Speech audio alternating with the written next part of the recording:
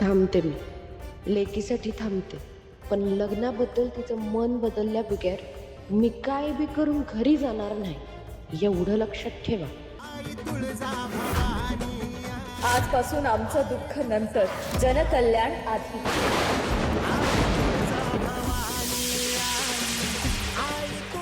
त्याने आज आम्हाला आठवण करून दिली की स्त्री ही क्षणाची पत्नी आणि अनंत काळाची माता असते. आणि आजपासून ह्या लेकरांची हाक आधी. जनकल्याण, जनकल्याण, जनकल्याण, जनकल्याण.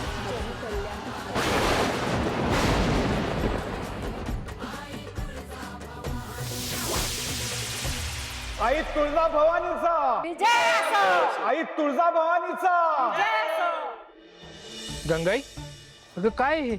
काय असणार आहे? घरी निघायची तयारी. लेकीचं लगीन करायला आले होते, लगीन तर काही झालं नाही. आणि तुम्ही, मला वाटलं होतं की तुम्ही आलात की तिला काहीतरी समजवाल, पण तुम्ही तर आगीत तेल ओतून आला आहात. काय केलंय? हो, तुम्ही तुळजाला समजावून सांगितलं पाहिजे होतं की महादेवांसंग लगीन मोडून तिने किती मोठी चूक केली आहे. आपल्या लेकीचं असं लगीन मोडून पडलेलं कोणता बाप पाहू शकल? गंगाई, जगदंबा आपली लेक बनून आली हे आपलं भाग्य आहे, पण तिच्या नशिबी ईश्वराचं भाग्य लिहिलं आहे. आपण तिचे व्याप नाही समजू शकत. मी तिला शोधत गावोगाव भटकलो, तेव्हा लोकांचे प्रश्न पाहिले, त्यांची दुःख पाहिली. ती तिच्या आशेवर थांबले आहेत ग. आणि आई म्हणून माझ्या आशा नाहीत आहेत की, म्हणूनच तिला तुझी जास्त गरज आहे. तू असं कर, काही दिवस इथंच थांब, अंबाला बी इथंच राहू दे.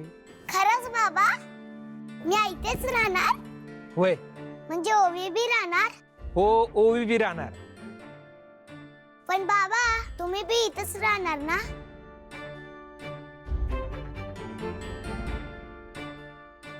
नाही बाळा, ते काही जमणार नाही मला. का? मला अजून लई लोकांना भेटायचं आहे, त्यांना तिची महती समधी सांगायची आहे. पण मला तुमचं संग यायचंय बाबा. बर, चल मग, ओवी इथंच राहणार. नाही, नको. हे बघ, इथंच राहायचं, ताईची काळजी घ्यायची आणि आईला त्रास द्यायचा नाही. जा पळा.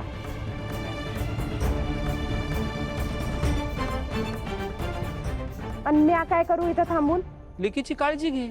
ती काय लहान नाही आता. अगं, लेक किती बी मोठी झाली तरी आईच्या काळजीची गरज संपत नाही. आणि गंगाई, एक लक्षात घे, लेकीचं लग्न हे आईचं एकमेव ध्येय नसतं. कधी कधी तिचं आयुष्य लग्नापेक्षा बी मोठं असतं, आणि आपली तुळजा या समध्यापेक्षा मोठी आहे. कळलं? वय, आणि ह्यो पसारा आवरा आता, आणि हे इथंच असू दे. आणि मला काहीतरी खायला दे.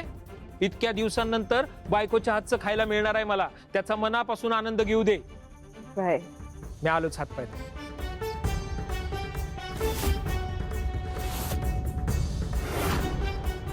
थांबते मी लेकीसाठी थांबते, पण लग्नाबद्दल तिचं मन बदलल्या बगैर मी काय बी करून घरी जाणार नाही, एवढं लक्षात ठेवा.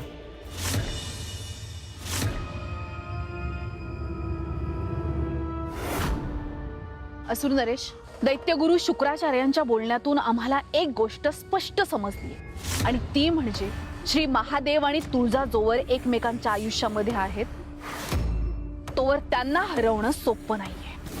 दोन नद्यांना कितीही जरी का वळणं असली तरी सुद्धा त्या समुद्रात एकत्र जाऊन मिळतात, आणि त्यांचंही तसंच आहे.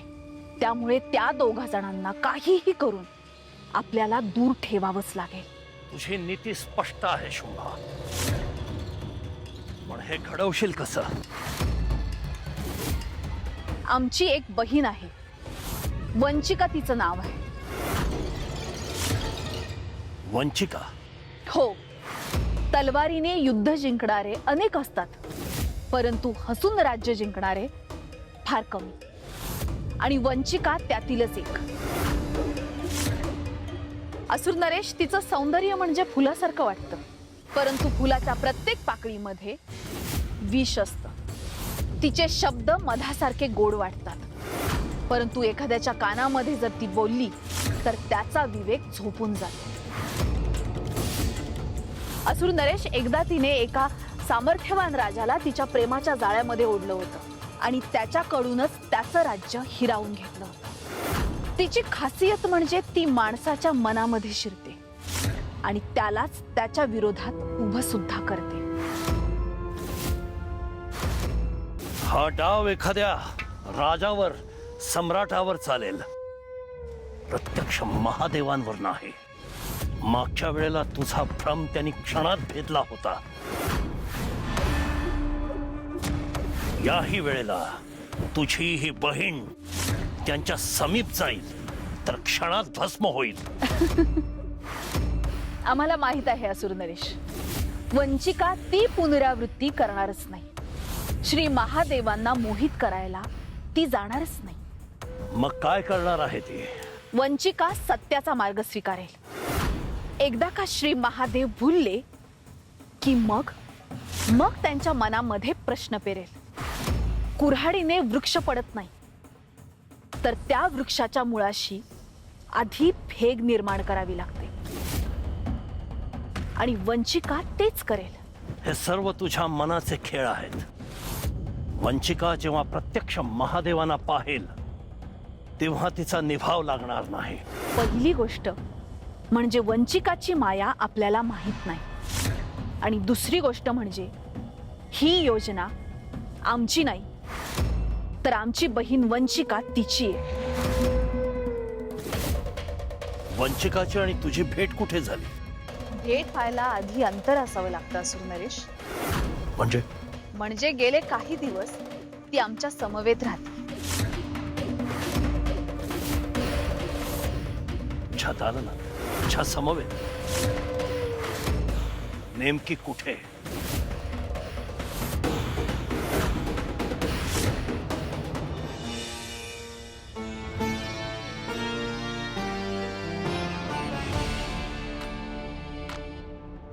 किती बरं झाले ना, तुझे बाबा म्हणाले तुम्ही इथंच थांबायचं.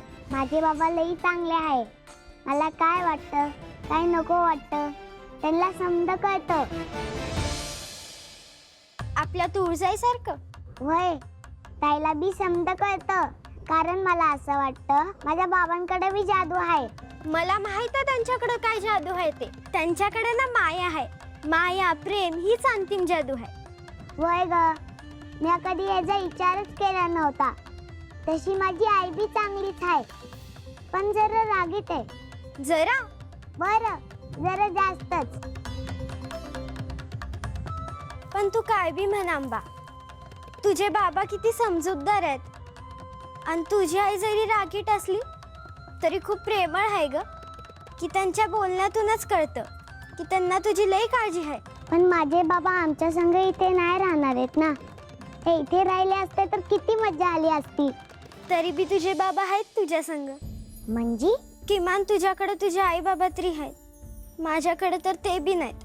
आई वडील, घर कुटुंब ही माणसं आपल्या सोबत असली ना की त्यांचं नुसतं असणं बी धीर देतं. संकट किती बी मोठं असलं तरी आपल्यासाठी कोणतरी उभं आहे असं वाटतं. पण काही लोकांना तो आधारच मिळत नाही.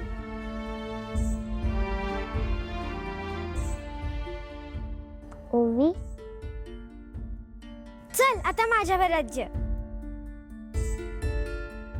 काय? मी 10 मोजणार, तोपर्यंत तू पळ. आणि जर तू पळली नस तर मी तुला पकडणार. पण चल चल, मी 10 मोजायला चालले.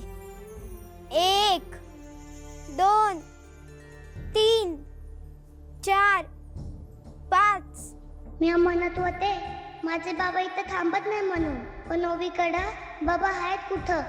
आई बी नाही आणि घर बी नाही.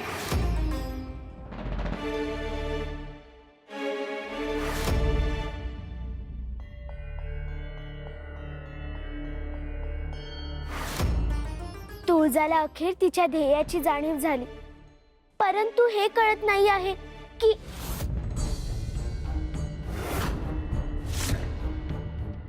निसंकोचपणे विचार. तुळजा देवी आहे.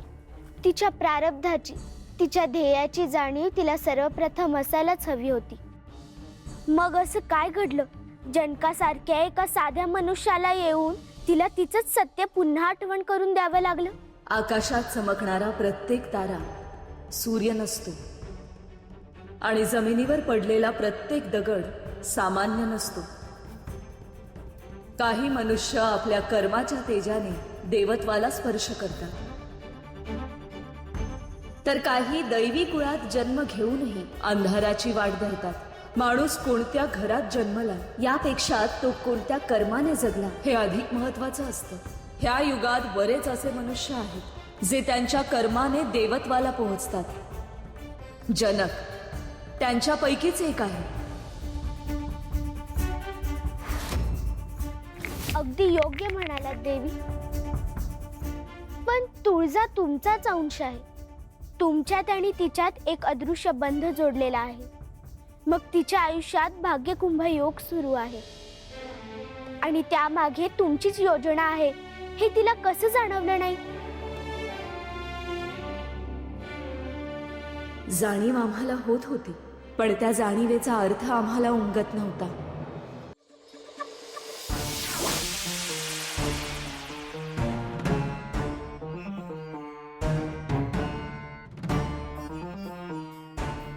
तुळजा, तू म्हणतेस तुला भाग्यकुंभ योगाची जाणीव होती. मग असं काय होतं त्या योगाचा खरा अर्थ तुला तेव्हा समजला नाही? तसे काही संकेत आम्हाला मिळत होते. जणू साक्षात आदिशक्ती एखादा मार्ग दाखवतीये. ह्याची जाणीव तर व्हायची, पण मी या मानवी रूपात स्वतःच्या दुःखात इतकी गुरफटले होते की त्या खुणांचा अर्थ उलगडून पाहण्याचं भानच राहिलं नाही. वेदनेचा पडदा इतका दाट होता की त्या जाणीवे पलीकडचं सत्य आम्हाला दिसलंच नाही. तो या भाग्यकुंभाचाच परिणाम होता तुळजा. जोवर वेदना स्वतःच्या हृदयाला स्पर्श करत नाही तोवर दुसऱ्यांच्या अश्रूंचं ओझं समजत नाही. तुला झालेलं दुःख, तुला झालेला विरह, तुझ्या आयुष्यात आलेली ही पोकळी, ह्याच अग्नीतून तुझ्या नव्या जाणीवेचा जन्म झाला. आता तू लोकांचे प्रश्न केवळ ऐकणार नाही, ते अनुभवशील. त्यांची वेदना केवळ पाहणार नाही, ती जाणशील. परंतु याचा अर्थ पुढची वाट सोपी असेल असा नाही. तुझ्या समोर अजून अनेक परीक्षा उभ्या राहतील, अनेक त्याग करावे लागतील, अनेक अश्रू ढाळावे लागतील. परंतु तू जे करशील तुझ्या जीवनातून ते सत्य प्रकट होईल. ती केवळ एका युगाची कथा राहणार नाही, ती एक दिव्य गाथा बनेल. याच कार्याच्या प्रारंभासाठी आम्ही तुमचा आशीर्वाद घ्यायला आलो आहोत. महिषासुरासोबतच्या युद्धाची तयारी सुरूच राहील, परंतु आता हे कार्य आम्हाला जगण्याची नवी दिशा देईल. केवळ आशीर्वादच नाही तुझा, तुझ्या या नव्या प्रवासासाठी नियतीने एक भेट राखून ठेवली आहे. आज ती तुझ्या स्वाधीन करण्याची वेळ आली आहे. काय आहे ती भेट आदिशक्ती?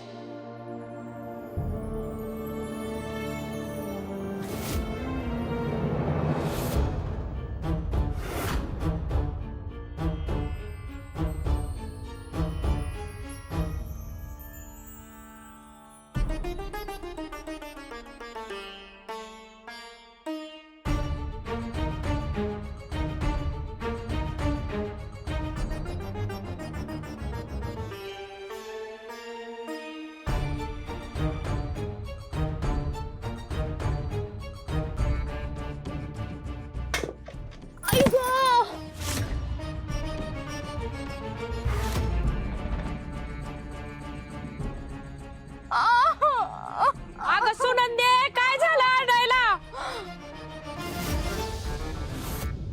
अगो बया बया बया, आता किती पसारा करून ठेवलायचा?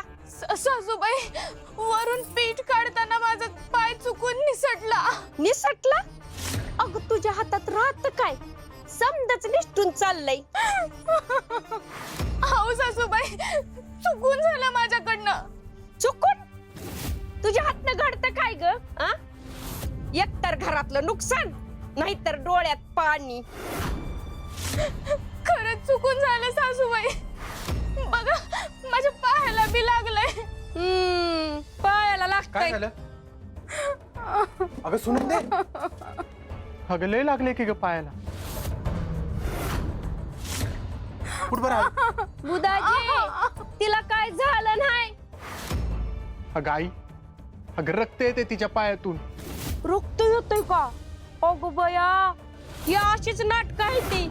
उद्या कामाची येळ आली लगी म्हणजे हा पाय अजून जास्त दुखल बघ.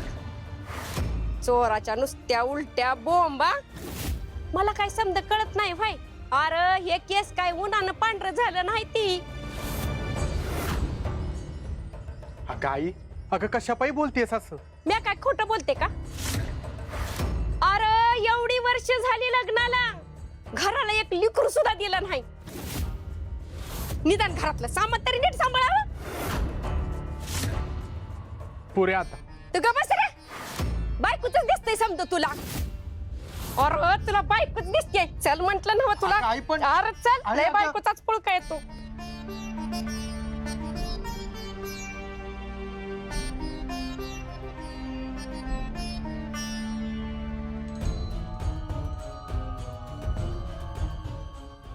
काय नाही सुनंदे, तू देव यायची भक्त आहेस. तुझ्या मनात पाप नाही. एक दिवस असा नक्की येईल ज्या दिवशी तुझ्यातली चूक नाही तर माणूस दिसल. तवर तग धरून राहा बघ.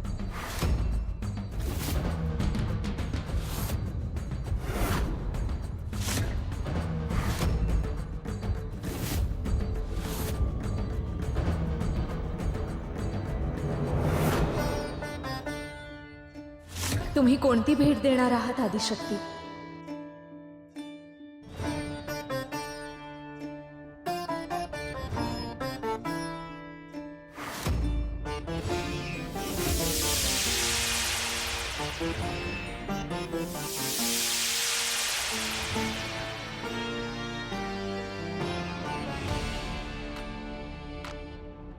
ओळखलंस याला?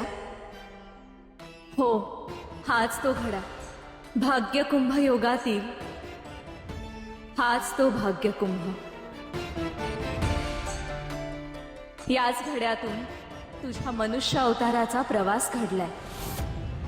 तुझे भोग, तुझ्या परीक्षा, तुझ्या वेदना, तुझे संघर्ष, जे काही तुझ्या नशिबात लिहिलं गेलं होतं ते सर्व या घड्यातून तुझ्यापर्यंत पोहोचलं.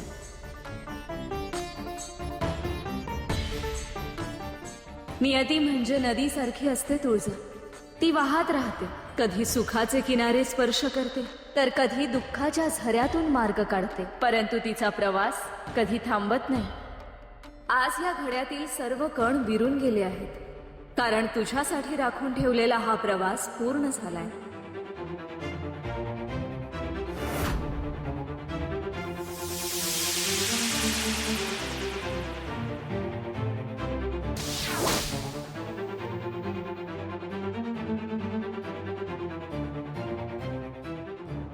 पण प्रत्येक समाप्ती नव्या प्रारंभाला जन्म देते. आजपर्यंत हा घडा तुझं भाग्य घडवत होता. आता ह्यापुढे तू इतरांचं भाग्य घडवशील.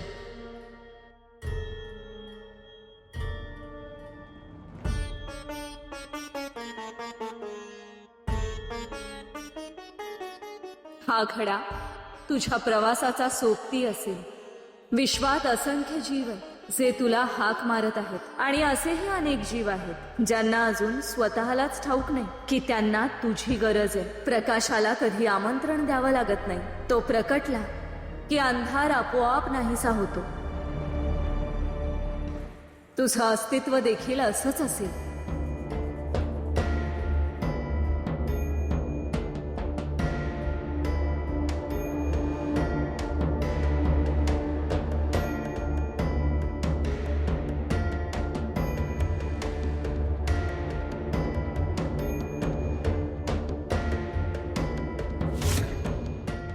धाव आई धाव, रक्षण कर आई, रक्षण कर.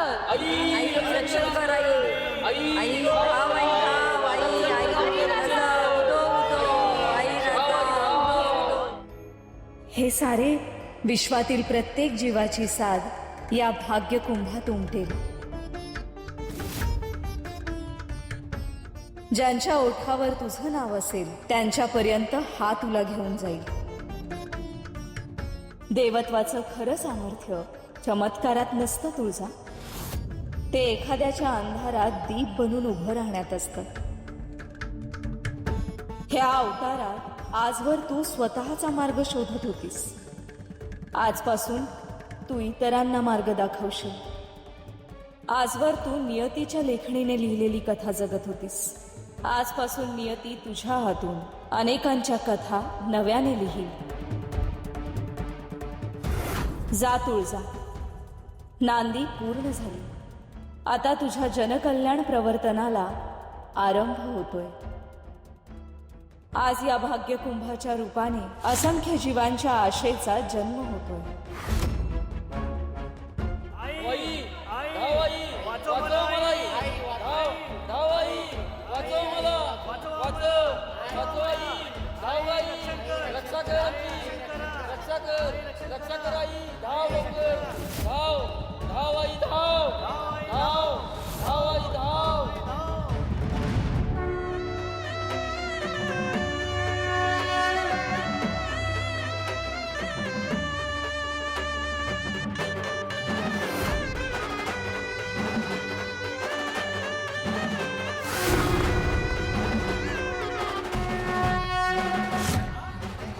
हा आमच्या जनकल्याण प्रवर्तनाचा आरंभ आहे.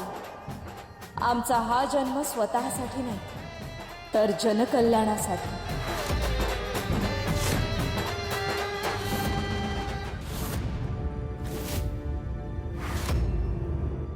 सम्राज्ञी, तुमची बहीण वंचिका ती गेले काही दिवस इथेच याच प्रासादात आहे, तर ती नेमकी आहे कुठे? असुर नरेश, चला आमच्या सोबत.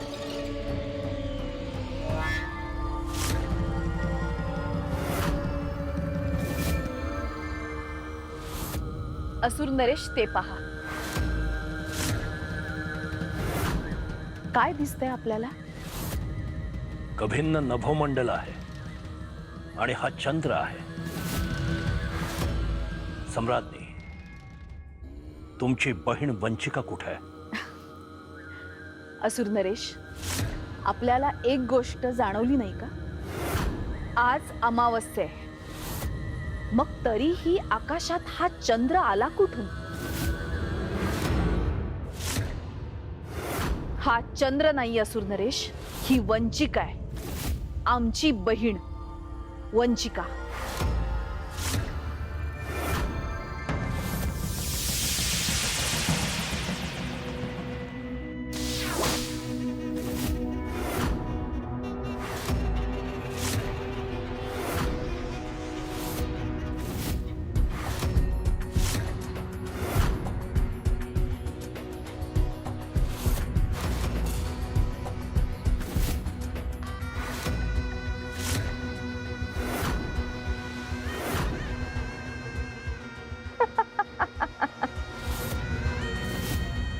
आहे ना मी अद्भुत? सौंदर्य, मोहिनी, आकर्षण, प्रसंगी नजरेत कारुण्य. मग लोकांना वाटते एवढी सुंदर स्त्री सुखांपासून वंचित का? आणि मग तिथूनच माझा खेळ सुरू होतो. जग ज्याला वंचिका म्हणतं ते हेच रूप. माझ्याकडे पाहून कोणाचंही भान हरपतं. जिथे फिरते माझी दृष्टी तिथे हसते अखंड सृष्टी.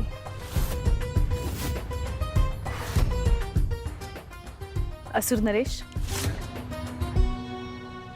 असुर नरेश, हा? पण हे हिचं खरं रूप नाहीये. म्हणजे? हे आहे तिचं खरं रूप.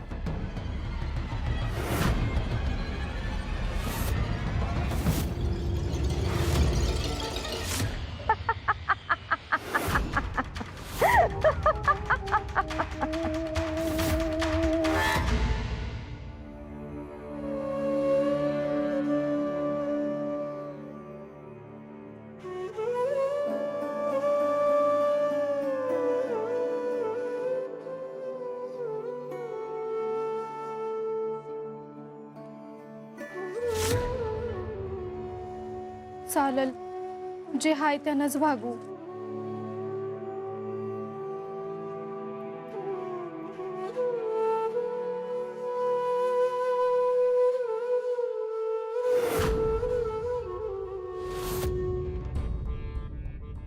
अर्धा खाईन, उरलेला तसाच ठेवीन.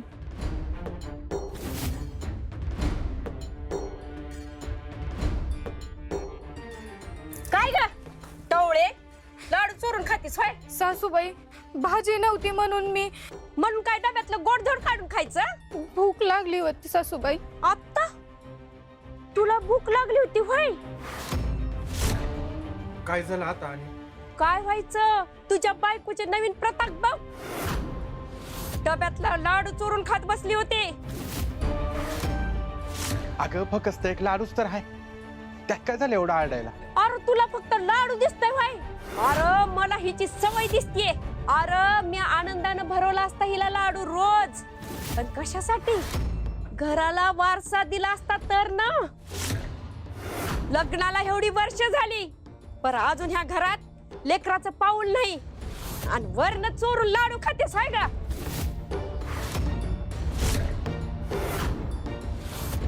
माझी चूक झाली सासूबाई. माफी मागून लेकरं जन्माला येतात का? आहे बाजाला लय होते आता. ग बसरा, बायकोच्या प्रेमात आंधळा झालायस. अरे ज्या झाडाला फळच लागत नाही त्याला खत पाणी घालून काय उपयोग? सासूबाई, देव देईलच आहो. देवाचं तर नाव घेऊच नकोस. देवानं तुला आई व्हायचं सुख दिलं नाही, त्याला बी ठावा असावा. लय होते आता. अरे तू जर मध्ये पडलास ना तर माझं मेलेलं तोंड बघशील. काही करून बुधाजीला हिच्यापासून वेगळं करावंच लागणार. आणि तू गा, आज तुला शिक्षा मिळणार म्हणजे मिळणार. आजपासून तू घरात झोपायचं नाही. चोरून लाडू खातेस होय ग? हा, चल घराच्या बाहेर झोपायचं तू. हो, ही एवढी रात झाली आहे, मी कशी बाहेर झोपू? लय झालं तुझं रडगाणं.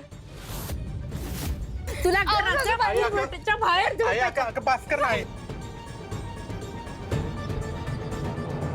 हे आहे तिचं खरं स्वरूप,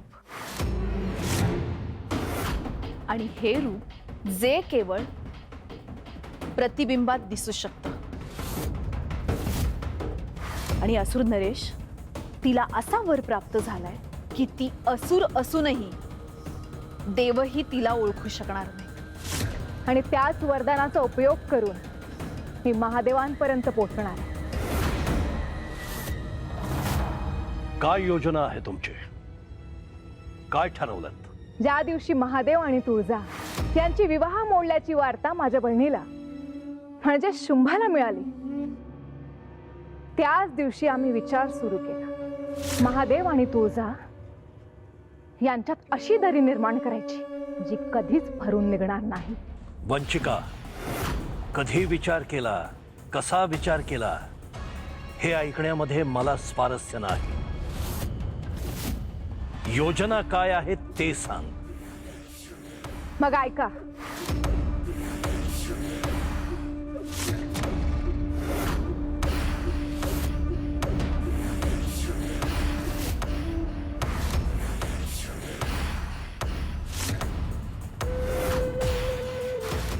अशी आहे आमची योजना असुर नरेश. अप्रतिम, केवळ अप्रतिम योजना आहे ही. आता महादेव आणि तुळजा यांच्यामध्ये आमचं एक अभिनव अस्त्र असेल. हो असुर नरेश. वंचिका, जिथे फिरते माझी दृष्टी तिथे फसते अखंड सृष्टी.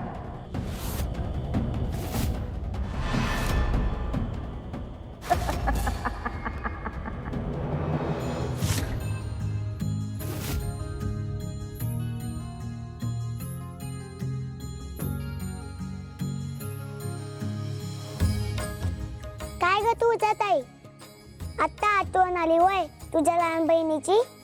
मला असं वाटायला लागलं आहे किती युग झाली असती तू माझ्या केसांना तेल लावून. क्षमा करा हा अंबादेवी, आमच्याकडून खूप मोठी चूक झाली. असो असो, आम्ही तुम्हाला क्षमा करू. तुर्तास मागील केसांना अधिक तेल लावण्यात यावे थोरल्या ताई. हा लावते हा मी देवी तेल. कसं आहे ना, एवढे दिवस तुम्हाला मी माझी आठवण कुठं आली? तुमची मैत्रीण होती ना व तुमच्या संग ओवी, मग ती असल्यावर तुम्हाला माझी आठवण कशी येईल आमच्या धाकट्या बहिणीला?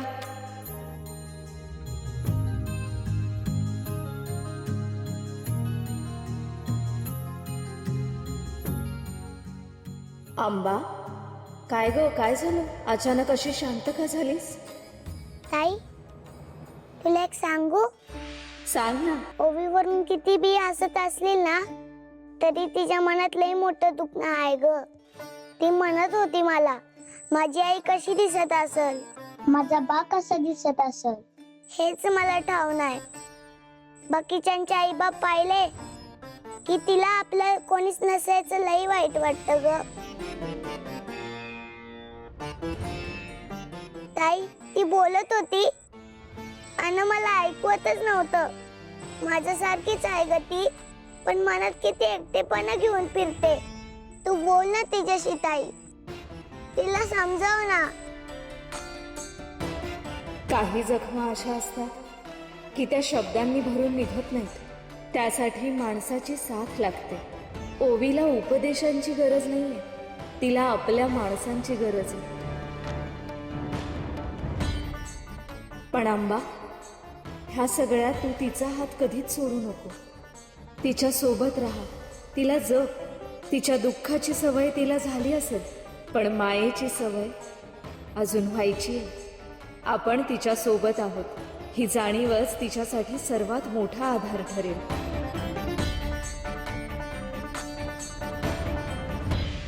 काय बी झालं तरी बी म्या ओवीची साथ कधीच सोडणार नाही. घाबरू नको सोबी. कधी कधी नियती आपल्यापासून जे हिरावून घेते त्यापेक्षा कितीतरी सुंदर गोष्ट परत देण्यासाठीच थांबलेली असते. आणि तुझ्या आयुष्यात तो क्षण आता जवळ आलाय. तुला लवकरच त्याची अनुभूती होईल.